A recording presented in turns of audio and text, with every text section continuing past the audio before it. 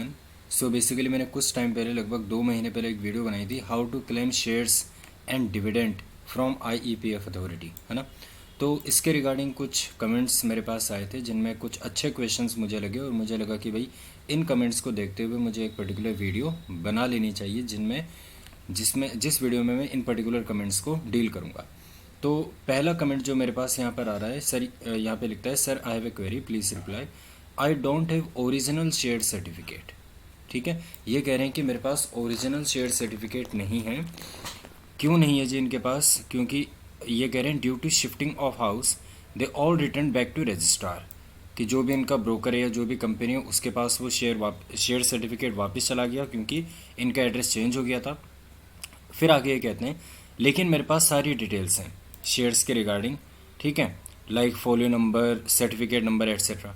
So I want to know how can I arrange share certificate while I don't have, is it mandatory to submit share certificate? अब देखो भाई, अगर मैं documents के regarding बात करूं, अगर मैं आपके एक एक सवाल की बात करूं, आपने पहला क्वेश्चन लिख रखा है क्या शेयर सर्टिफिकेट सबमिट करना मैंडेटरी है? यस, शेयर सर्टिफिकेट सबमिट करना मैंडेटरी होता है। कहाँ से ये बात मैं आपको बता रहा हूँ? अगर मैं यहाँ पर देखूँ कौन कौन से documents, what are the documents required to be submitted with IEPF 5।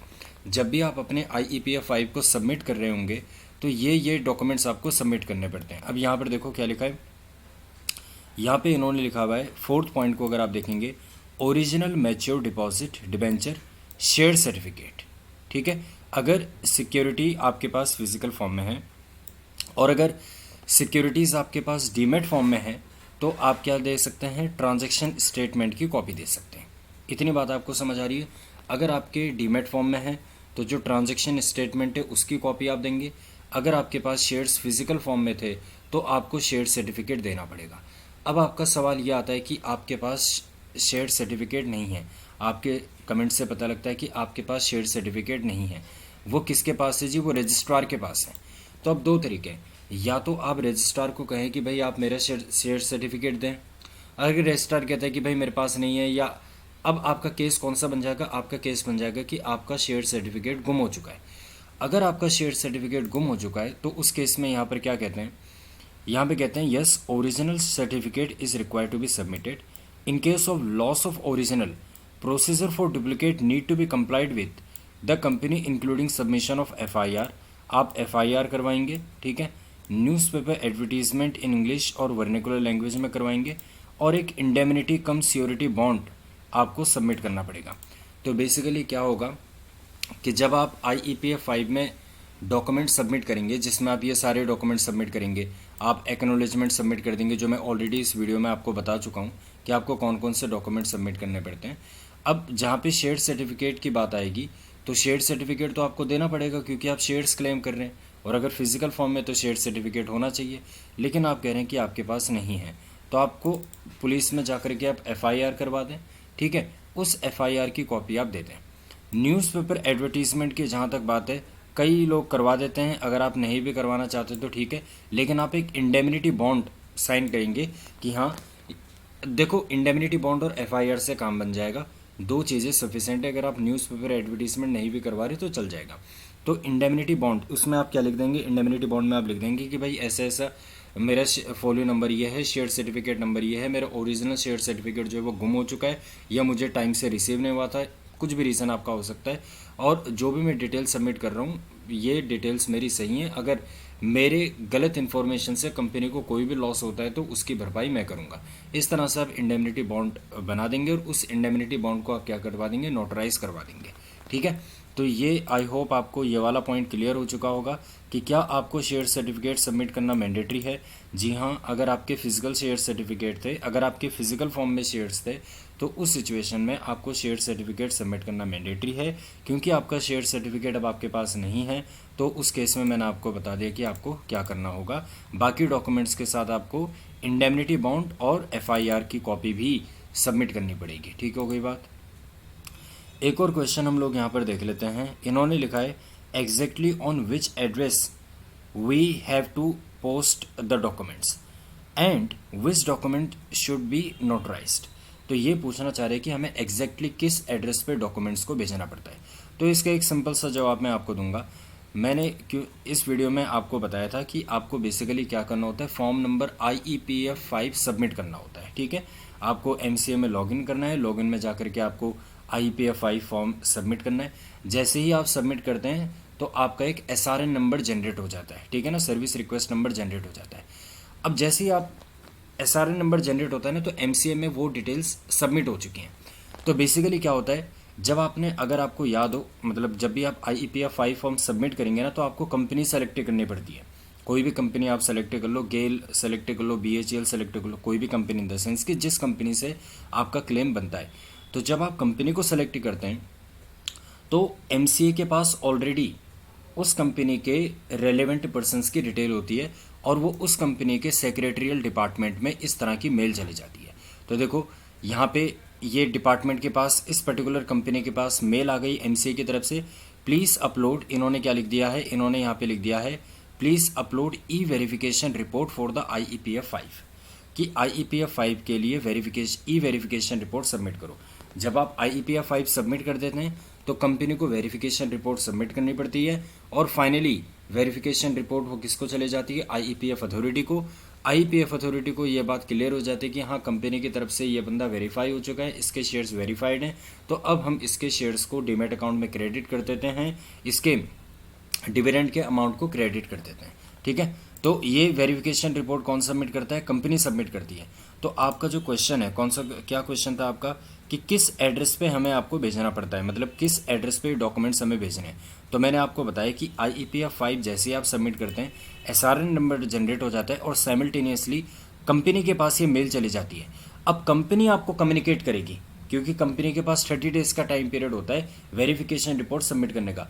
तो कंपनी अपने एंड पर खुद आपको कम्युनिकेट करेगी। तो कंपनी कौन से नंबर पे कॉल करेगी, IEPF 5 के अंदर जो आपने नंबर सबमिट किया होगा, IEPF 5 के अंदर जो आपने मेल किया होगा। तो जिस दिन आप IEPF 5 सबमिट कर देते हैं ना, उसके 2-3 दिन के अंदर ही आपको कंसर्न कंपनी से मेल और कॉल आने लगेगी, क्योंकि इसमें कंपनी के ऊपर रिस्पॉन्सिबिलिटी होती है कि आपको भैया वेरिफिकेशन रिपोर्ट सबमिट करना पड़ता है। तो इस तरह की कुछ मेल होती है, this is to inform you that e verification report for the claim filed vide SRN number this dated this has been submitted. ठीक है, तो has to be submitted within, तो ये जैसे ये उस बंदे ने सबमिट किया होगा तो उसका SRN नंबर जनरेट हो गया, तो फाइनली MCA की तरफ से उस कंसर्न पर्सन को, कंपनी को मेल चला जाता है और फिर वो कंपनी आपके पास अपने आप से कम्युनिकेट करती है। कहने का मतलब ये है कि आपको लोड लेने की ज़रूरत नहीं है कि आपको डॉक्यूमेंट्स कहाँ भेजने हैं। अब ये खुद आपसे कम्युनिकेट करेगी ये कंपनी कि ठीक है, आप ये जो डॉक्यूमेंट्स हैं या आप इस एड्रेस पे हमें मेल कर दो या डिस्पैच कर दो, तो वो खुद आपको बताएगी। आपको इतनी हेडेक करने की ज़रूरत नहीं है, आपको सिंपली अपना IEPF 5 फॉर्म ठीक ठाक सबमिट करना है, जैसे मैंने आपको इस वीडियो में डिटेल्स बताई हैं, और उसके बाद आपको निश्चिंत होकर के बैठ जाना है। हाँ, जो नंबर आपने वहाँ पे IEPF 5 फॉर्म में डाला होगा, जो आपने मेल ID आपने डाली होगी, वो आपको रेगुलर बेसिस में चेक करनी चाहिए और अपना नंबर जो है वो ऑन रखना चाहिए। ठीक है, कभी भी कंपनी की तरफ से कॉल आ सकता है। अगला क्वेश्चन इनका है, and which documents should be notarised, हमें कौन से डॉक्यूमेंट्स नोटराइज करवाने चाहिए। तो ये नोटराइजेशन के रिगार्डिंग मैं आपको बता देता हूँ। देखो भाई, यहाँ पे इन्होंने लिखा है, जब भी आप देखो, दो चीज़ों का आप रिफंड ले रहे होंगे, या तो आप शेयर्स का रिफंड ले रहे होंगे, या फिर आप डिविडेंड का रिफंड ले रहे होंगे, या फिर आप दोनों का ही रिफंड ले रहे होंगे। तो अगर मैं बात करूँ, जब आप शेयर्स का रिफंड क्लेम करते हैं IEPF अथॉरिटी से, तो उस केस में ये आप, इन case of the refund of the share, ठीक है, तो जो रिफंड आप शेयर का रिफंड लेते हैं ना, तो वो उसको आपको नॉन जुडिशियल स्टैम्प पेपर पे बनाना पड़ता है। जो भी इंडेमनिटी बॉन्ड आपका डाउनलोड होता है ना IEPF 5 सबमिट करने पर, इंडेमनिटी बॉन्ड जो डाउनलोड होता है उसको आपको नॉन जुडिशियल स्टैम्प पेपर पे बनाना पड़ता है। ठीक है, according to the state wise stamp of the value as the prescribed under the stamp act and get it notarized, वो आपको नोटराइज करवाना पड़ता है। तो आपको ये बात समझ आ गई होगी। Therefore indemnity bond has to be on the stamp paper in case of the shares irrespective of the amount of the claim. तो ये क्या कहना चाहते हैं, नॉर्मली क्या होता है, अगर डिविडेंड का अमाउंट आपका 10,000 रुपये या उससे अधिक का बनता है, 10,000 रुपये से अधिक का बनता है, तो आपको बेसिकली मैं फिर से रिपीट करता हूँ, अगर डिविडेंड का क्लेम 10,000 रुपये या उससे अधिक का बनता है, तो आपको नॉन जुडिशियल स्टैम्प पेपर पे वो इंडेमनिटी बॉन्ड आपको तैयार करना पड़ता है। अगर 10,000 रुपये तक का क्लेम है तो आपको प्लेन पेपर पे देना पड़ता है, उस केस में आपको स्टैम्प पेपर की कोई ज़रूरत नहीं होती। लेकिन शेयर्स के केस में शेयर्स के केस में मैंडेटरी है कि आपको वो इंडेमनिटी बॉन्ड आपको नॉन जुडिशियल स्टैम्प पेपर पे ही निकालना पड़ेगा, यानी कि स्टैम्प पेपर ही निकालना पड़ेगा। तो मेरी बात आपको समझ आ गई होगी। अगर डिविडेंड और शेयर का क्लेम बनता है तो नॉन जुडिशियल स्टैम्प पेपर पे निकालना पड़ेगा इंडेमनिटी बॉन्ड, और उसको नोटराइज भी करवाना पड़ेगा। अगर आपका केवल शेयर्स का है तो भी आपको नॉन जुडिशियल स्टैम्प पेपर और इंडेमनी उसको वो करो, नोटराइज करवाओ। अगर शेयर का है अगर डिविडेंड का है और डिविडेंड का अमाउंट 10,000 रुपये तक का है तो फिर आपको नोटराइज करवाने की भी ज़रूरत नहीं है, आपको नॉन जुडिशियल स्टैम्प पेपर की भी ज़रूरत नहीं है। अगर 10,000 या उससे ऊपर का है तो नॉन जुडिशियल स्टैम्प पेपर पे आप लेंगे उसको, लेकिन आपको वो नोटराइज करवाने की ज़रूरत नहीं है। इसके अलावा और क्या आपको नोटराइज करवाना पड़ता है? अगर आपका केस जैसे मान लो कि जो ओरिजिनल शेयर होल्डर था उसकी डेथ हो चुकी है, तो जो डेथ सर्टिफिकेट आप लगाएंगे वो भी नोटराइज्ड होना चाहिए। अगर सक्सेशन का केस है तो वो भी नोटराइज्ड होना चाहिए। मान लो कोई विल वगैरह वसीयत वगैरह लिख करके जा रखा है ट्रांसफर, ठीक है, तो वो नोटराइज्ड होना चाहिए। No objection certificate from the other holders, ठीक है, तो ये भी नॉर्मली जनरल प्रैक्टिस ये है कि इसको भी लोग नोटराइज करवा लेते हैं, लेकिन नोटराइज करवाने की ऐसा ज़रूरत नहीं है। Indemnity bond for transmission duly notarised, जो ट्रांसमिशन का केस होता है उसके केस में आपको क्या करवाना चाहिए? इंडेमनिटी बॉन्ड जो है वो नोटराइज करवाना चाहिए, ठीक है। ट्रांसमिशन का केस मतलब कि फादर साहब की डेथ हो गई या ओरिजिनल होल्डर की डेथ हो गई और उसका जो लीगल ईयर है उसको अब शेयर्स मिल रहे हैं, तो फिर जो इंडेमनिटी बॉन्ड है वो ट्रांसमिशन का है, ठीक है, तो वो भी ड्यूली नोटराइज्ड होना चाहिए। तो ये मैंने आपको बता दें कि कौन कौन से डॉक्यूमेंट्स आपके नोटराइज्ड होने चाहिए। एक और क्वेश्चन था यहाँ पर, if original shares are transfer to IEPF in 2017, company has issued bonus, is this bonus share company can give me. तो बेसिकली क्या कहना चाह रहे हैं कि मेरे जो ओरिजिनल शेयर सर्टिफिकेट थे, ओरिजिनल शेयर्स जो हैं वो IPF अथॉरिटी में जा चुके हैं। उसके बाद कंपनी ने क्या किया, मेरे शेयर जब ट्रांसफ़र हो गए तो बोनस शेयर इशू कर दिए। तो क्या मैं बोनस शेयर भी क्लेम कर सकता हूँ? दी आंसर इज़ यस, क्योंकि बोनस शेयर्स आपको उन्हीं शेयर्स के ऊपर मिले हैं। तो जब आप ओरिजिनल शेयर्स को क्लेम बैक करेंगे तो आप साथ में बोनस शेयर्स भी क्लेम कर सकते हैं, नो प्रॉब्लम एट ऑल। अब सवाल आपके दिमाग में आएगा कि भैया मुझे कहाँ से पता लगे कि बोनस शेयर इशू हुए हैं या नहीं हुए? ये कंपनी की हेडवर्क होती है, आप अपने एंड पे रिसर्च कर सकते हैं, लेकिन जितनी रिसर्च आप कर सकते हैं कोई दिक्कत वाली बात नहीं है। उसके बाद कंपनी अपने एंड पे वेरिफिकेशन करती है और बहुत अच्छे से वेरिफिकेशन वो लोग करते हैं, उनके पास सारे रिकॉर्ड्स होते हैं। तो अगर आपको कुछ बोनस शेयर्स अलॉट हुए होंगे तो कंपनी अपनी वेरिफिकेशन रिपोर्ट में लिख देगी कि इनका इतना शेयर्स का क्लेम बनता है। अगर बोनस शेयर आपको इशू है, मान लो आपको 10 बोनस शेयर इशू है, आपने original share certificate, original shares थे आपके मान लेते हैं 20, तो आपको 30 का क्लेम आपका बन जाएगा। ऑल्दो आपने IPF 5 में केवल 20 शेयर्स आपने लिखे होंगे, आपको एक्स्ट्रा 10 शेयर्स भी मिल जाएंगे। ठीक हो गई बात? तो ये सारे क्वेरीज के मैंने यहाँ पे आपको आंसर दे दिए। Thank you so much.